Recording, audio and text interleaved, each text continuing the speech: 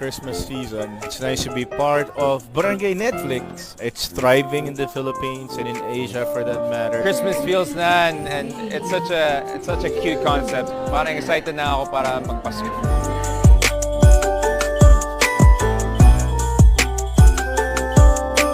Saya-saya kasi talagang kumukuti-kutita, bumubusi, kumanta.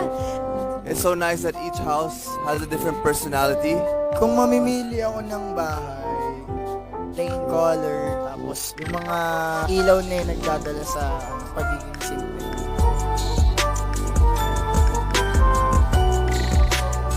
Pinasakay nila ako sa sleigh. First time yun.